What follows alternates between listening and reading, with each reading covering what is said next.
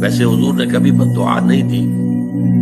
لیکن ایک موقع پر ایک جملہ ایسا نکل گیا جس کے اندر بد دعا کا رنگ تھا،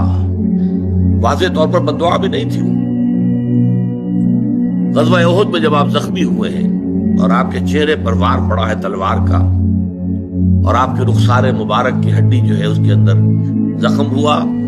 اور آپ کے 2 دانت جو ہے وہ شہید ہوئے، خود جو پہنا ہوا تھا اس کی 2 کڑیاں آپ کی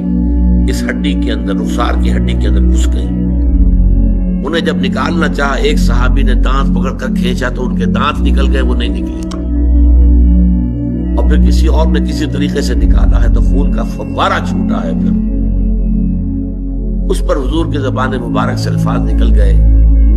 کیف یہد اللہ قوما خضبوا وجہ نبیہم بالدم، اللہ اس قوم کو کیسے ہدایت دے گا جس نے اپنے نبی کے چہرے کو خون سے رنگین کر دیا۔ فوراً آیت اتر آئی، لیس لک من الامر من شیء،